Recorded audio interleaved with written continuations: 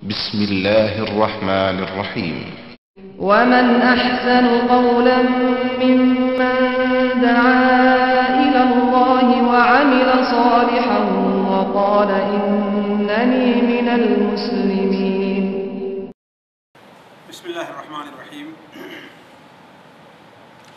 الحمد لله رب العالمين، وصلى الله على نبينا محمد وعلى آله وأصحابه أجمعين. عن وحشي بن حرب أن أصحاب النبي صلى الله عليه وسلم قالوا يا رسول الله إنا نأكل ولا نشبع. قال فلعلكم تفترقون. قالوا نعم. قال فاجتمعوا على طعامكم واذكروا اسم الله عليه يبارك لكم فيه. رواه أبو داود وابن ماجه والإمام أحمد في مسنده.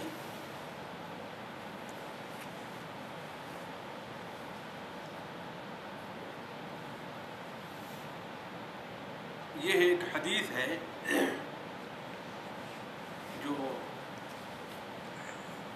سنن ابو داود، سنن ابن ماجہ اور مسند احمد اور دیگر بہت سی حدیث کی کتابوں میں حضرت وحشی ابن حرب رضی اللہ تعالیٰ عنہ سے مروی ہے. یہ صحابی کا نام حدیث کے بارے میں آپ لوگوں نے پہلی بار سنا ہوگا، وحشی ابن حرب. یہ کون ہے؟ ابو یعقوب وحشی ابن حرب. آپ لوگوں نے سنا نہیں ان کے بارے میں؟ ہاں، وحشی کا معنی تو پھار کھانے والا، چیز پھاڑ والا. وحشی تو ہی جانور کا ہے. یہ وہ صحابی ہیں جو اصل میں تھے حبشی تھے اور غلام تھے. تو جب غزوہ احد کے موقع پر کفار وہاں سے چلے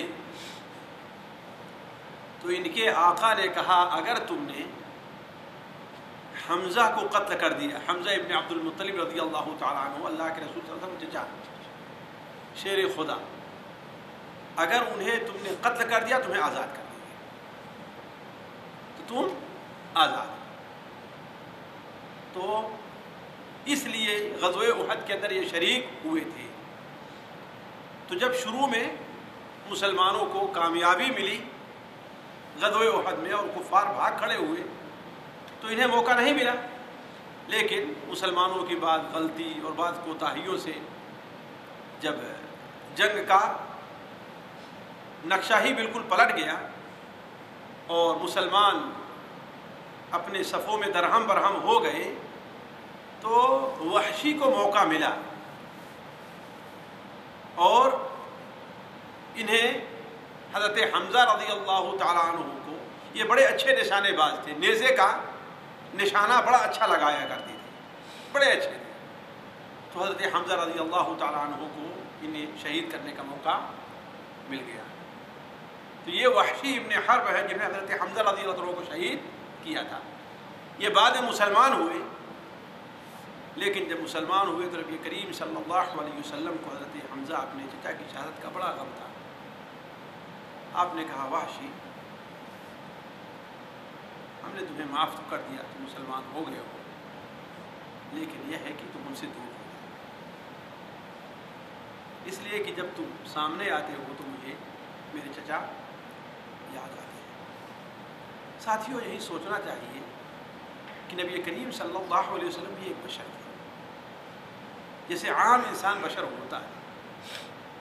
اس قسم کے موقع پر جیسے عام انسان متاثر ہو جاتا ہے، آپ صلی اللہ علیہ وسلم متاثر ہو جایا. حالانکہ آپ صلی اللہ علیہ وسلم نے کتنے بڑے بڑے مجرموں کو معاف کر دیا ہے کہ نہیں؟ آپ کو کتنی تکلیفیں دی لوگوں نے، لیکن آپ نے سب کو معاف کر دیا. آپ کے جان کے جو دشمن تھے انہیں بھی آپ نے معاف کر دیا. آپ کی بیٹی جب ہجرت کرنے لگی تو جس بدبخت نے انہیں، جس شخص نے انہیں سواری پر سے دھکے دے دیا، وہ حمل سے تھی، بچہ ضائع ہو گیا، آپ نے اسے بھی معاف کر دیا۔ آپ کی سب سے پیاری اور عزیز بیوی، بلکہ دنیا میں آپ کے نزدیک سب سے محبوب ذات حضرت عائشہ رضی اللہ عنہ پر لوگوں نے تہمت لگائی، لیکن چچا کا غم آپ کو اتنا تھا کہ سالہ سال گزر جانے کے باوجود بھی آپ بھولے نہیں۔ اسی لیے آپ دیکھیں گے حضرت وحشی رضی اللہ تعالی عنہ سے حدیثیں بہت کم آئی، اسی لیے وہاں سے اس کے بعد نکل گئے مدینہ میں۔ مشکل سے بعض علماء نے کہا کہ ان کی صرف 4 حدیثیں ہیں بس، اللہ کے رسول نے 4 حدیثیں روایت کیے، لیکن انہوں نے اسلام لانے کے بعد ایک کارنامہ کی ادا کیا ہے۔ ویسے ظاہر بات اسلام لانے کے بعد سارے گناہ معاف ہیں، لیکن اسلام لانے کے بعد بھی انہوں نے ایک کارنامہ انجام دیا ہے۔ وہ کیا؟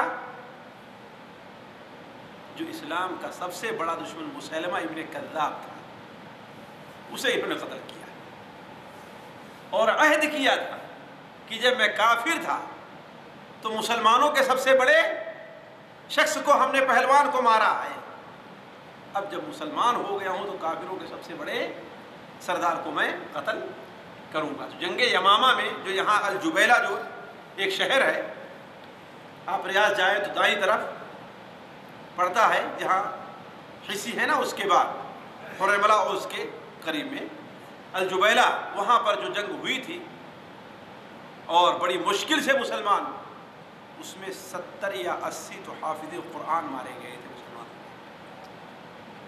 اسی لیے اسی وقت لوگوں نے، حضرت عمر نے مشورہ دیا تھا کہ ابوبکر رضی اللہ عنہ کو قرآن جمع کر لیجیے آپ، اب تک ایک دفتر میں نہیں، لوگوں کے سینے میں ہے اور لوگ اپنے طور پر لکھ کر کے رکھے۔ ایسے ہی حافظ قرآن شہید ہوتے رہے تو قرآن ضائع ہونے کا خطرہ ہے۔ اسی جنگ کے بعد، جنگ یمامہ کے بعد، جس میں 80 حافظ قرآن، باقی دوسرے نہیں، اتنی مشکل جنگ تھی، اتنا مشکل مرحلہ تھا، تو اس میں انہوں نے مسیلمہ ابن کذاب کو قتل کیا تھا۔ یہی ہے وحشی ابن حرب رضی اللہ تعالیٰ عنہ۔ خیر، وہ بیان کرتے ہیں کہ صحابہ کرام رضوان اللہ علیہم اجمعین نے عرض کیا، یا رسول اللہ، ہم کھاتے ہیں لیکن سیر نہیں ہوتی۔ کیا معنی ہے؟ ہمارا پیٹ نہیں بھرتا؟ نہیں، کھاتے ضرور ہے، پیٹ بھر جاتا ہے، لیکن طبیعت نہیں بھرتی۔ آپ لوگ جانتے ہوں گے بسا اوقات انسان تھوڑا سا کھا لیتا اور طبیعت بھر جاتی، لیکن بسا اوقات کھاتے جاتا ہے یہاں تک کہ آخری چاول کی بھی گنجائش نہیں رہ جاتی، لیکن جی کہتا ہے کہ نتیجہ ہے کہ بہت سے لوگ لالچ و حرص میں آ کر خود اپنے پلیٹ میں رکھ لیں اور بعد چھوڑ کر کے، ہے کہ نہیں؟ جس طریقے سے بسا اوقات آدمی پانی پیتے جاتا ہے، پیٹ بھر جاتا ہے، لیکن پیاس نہیں بجھتی۔ تو یہ شکایت کیا کہ ہم کھاتے ضرور ہیں لیکن ہم سیر نہیں ہوتے۔ آپ صلی اللہ علیہ وسلم نے ارشاد فرمایا کہ شاید تم لوگ الگ الگ کھاتے ہیں، ایک نے اپنا کھانا لیا اور کھا لیا، ایک کھایا اور چلا گیا، دوسرا آ کر کے کھا رہا ہے۔ صحابہ کرام نے کہا ہاں ایسا تو ہوتا ہے۔ آپ صلی اللہ علیہ وسلم نے فرمایا کہ تم کھانے پر ایک ساتھ بیٹھا کرو، کھانا ایک ساتھ بیٹھا کرو، ایک ساتھ کھاؤ، اور اللہ تبارک و تعالیٰ کا نام لے کر کھاؤ، اللہ تعالیٰ کا نام لے کر کے کھاؤ تو اللہ تبارک و تعالیٰ تمہارے کھانے میں برکت دے گا۔ تو گویا کھانے کا ادب یہ ہے کہ انسان ساتھیوں کے ساتھ ہے، اپنے اہل خانہ کے ساتھ ہے، گھر والوں کے ساتھ ہے، تو کیا کرے؟ ایک ساتھ بیٹھ کر کھانا کھائے۔ بہتر تو یہ ہے کہ اگر امکان ہے تو ایک ہی پلیٹ میں کھائے، اور اگر نہیں تو کم سے کم مجلس تو ایک ہونی چاہیے۔ جو چیزیں اکٹھی رکھی جا سکتی ہیں، روٹی ہے اکٹھی رکھی جا سکتی ہے، چاول ہے اکٹھا رکھا، سالن ہے اکٹھا رکھا جا سکتا ہے، اس سے نکال کر کے آدمی، اور آپ اندازہ لگا لیں کہ کھانا پکا کے رکھا، ہر آدمی آ رہا ہے اپنا حصہ لے کر کے چلا جا رہا ہے، تو اس پر دیا خرچہ ہے نا، اور لیکن سارے لوگ ایک ساتھ بیٹھے تو اس میں تھوڑے کھانے میں لوگوں کا کام چل جاتا ہے۔ تو آپ صلی اللہ علیہ وسلم نے ارشاد فرمایا کہ یہ جو بے برکتی کی تم شکایت کر رہے ہو اس کی شاید اصل وجہ کیا ہے؟ تم لوگ الگ الگ کھانا کھاتے ہیں۔ تو ساتھیوں آپ لوگ دیکھ رہے ہیں کہ یہ دو مجلسوں سے کھانے کے آداب کا ذکر ہو رہا ہے، کھانے کے آداب کا ذکر ہو رہا ہے۔ پچھلی مجلس میں بھی کھانے کے بعد آداب کا ذکر تھا، اور پچھلی مجلس سے پہلے والی مجلس میں پچھلی مجلس میں کھانے کے کن آداب کا ذکر تھا؟ کسی کو یاد ہے؟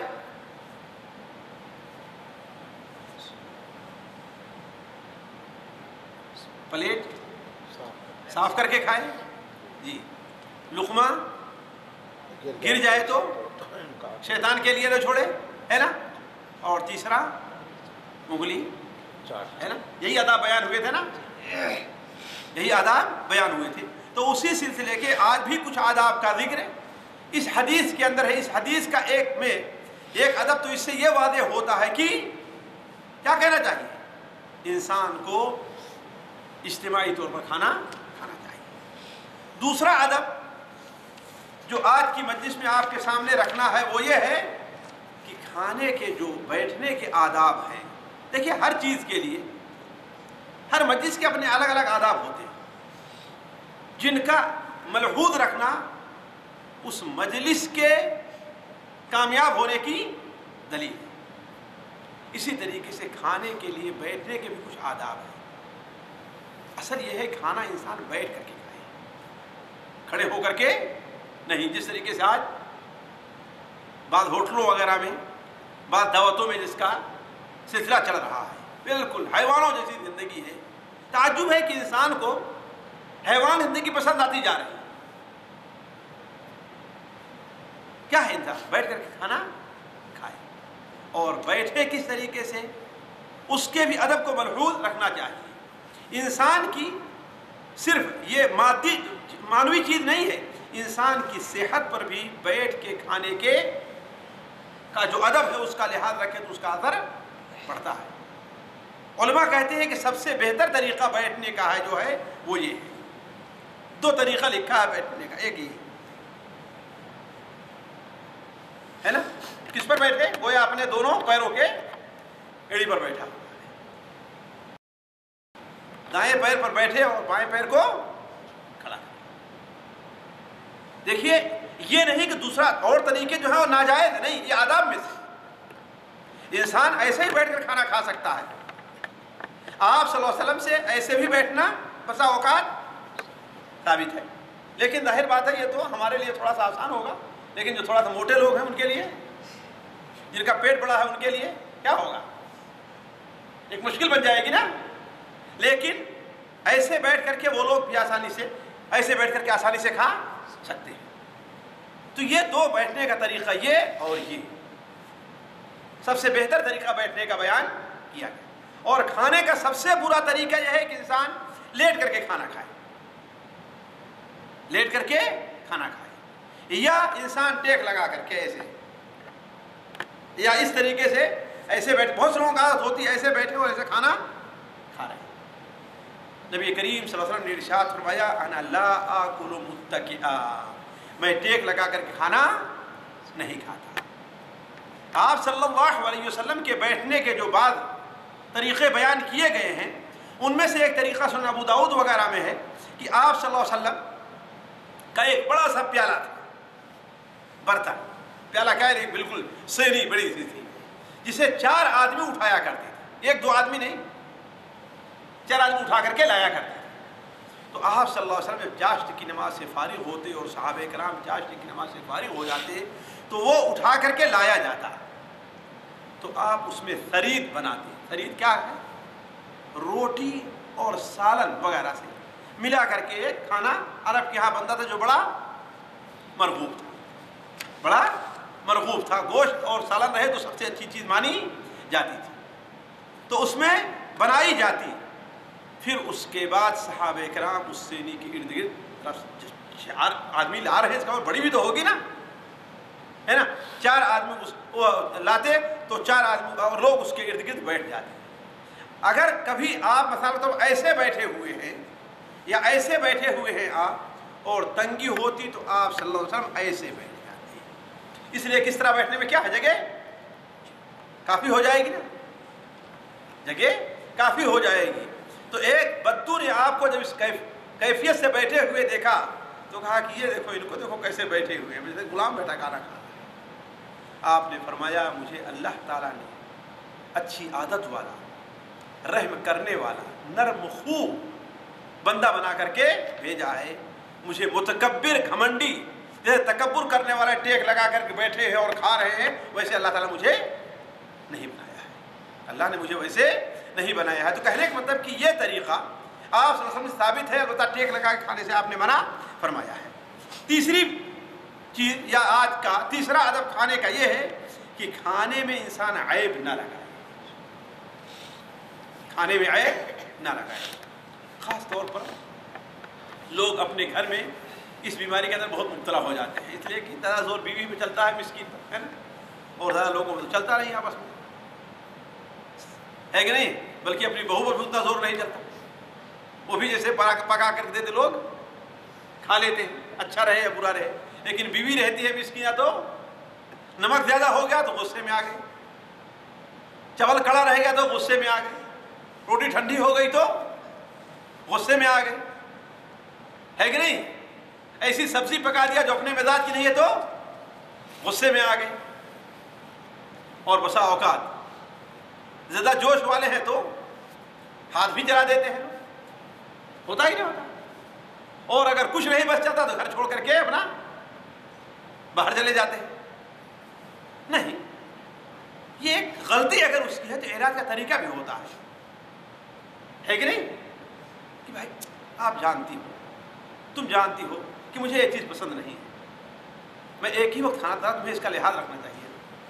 اس انداز میں اگر کہا جائے تو بات سنی بھی جائے گی, اس کا آسانی سے علاج بھی ہو سکتا ہے. بے اعتبار ہے کہ لان تان, گالی بکنا, اور صرف اسے ہی نہیں اس کے پورے خاندان کو برا بھلا کہہ دینا, ہے نا.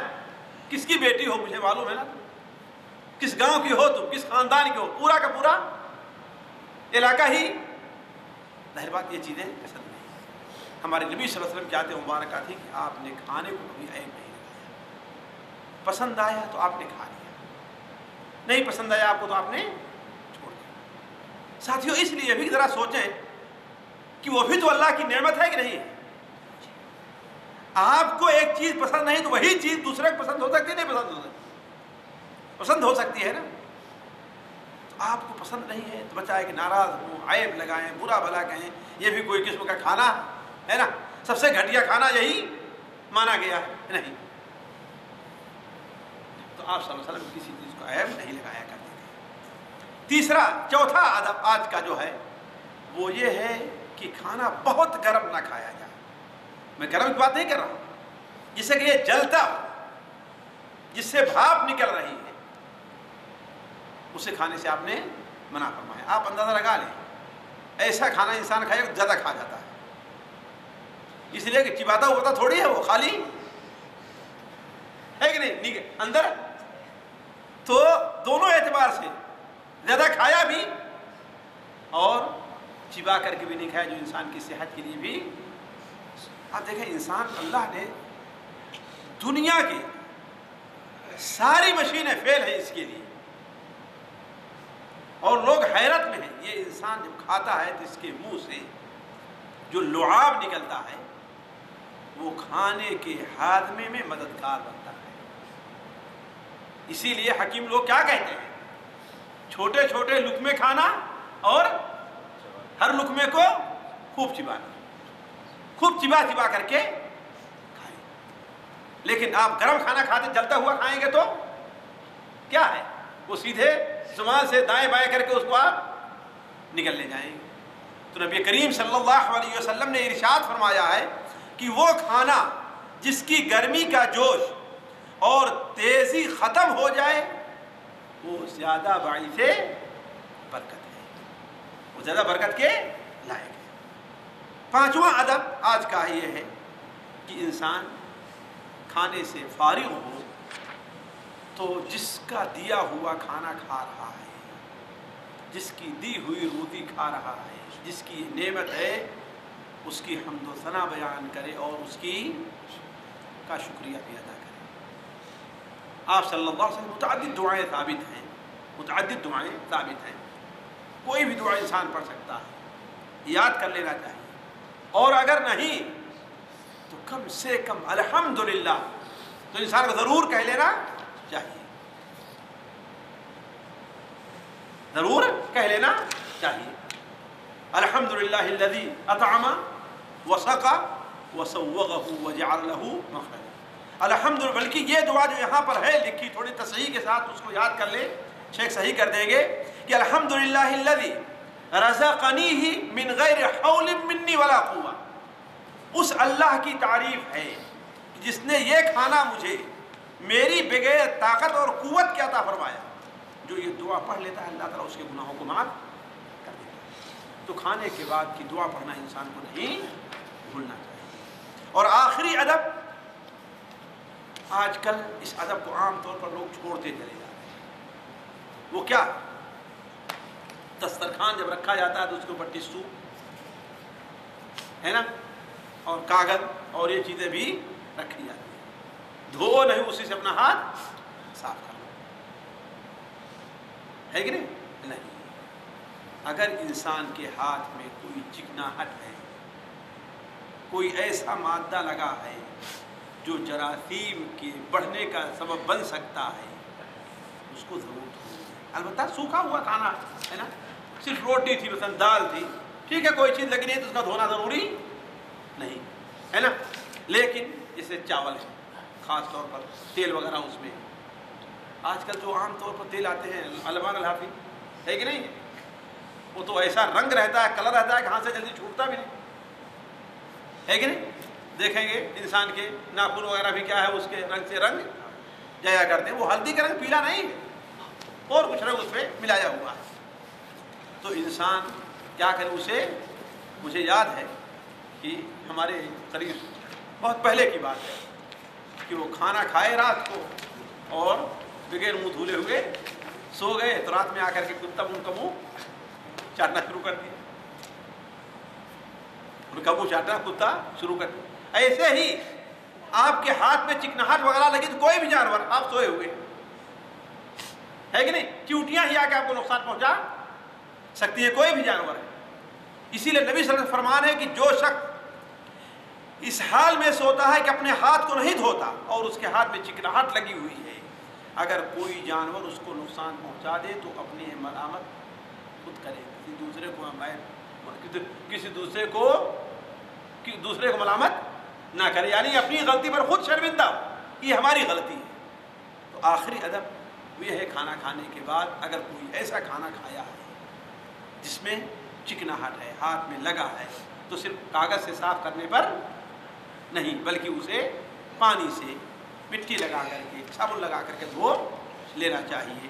یہ چند کھانے کے آداب تھے جن کا لحاظ رکھنا ہمارے لیے دنیاوی لحاظ سے بھی اچھا ہے اور دینی لحاظ سے بھی باعث ثواب اور باعث اجر ہے۔ اللہ تعالیٰ سے دعا ہے کہ اللہ تعالیٰ ہمیں اور آپ کو اس پر عمل کرنے کی توفیق عطا فرمائے۔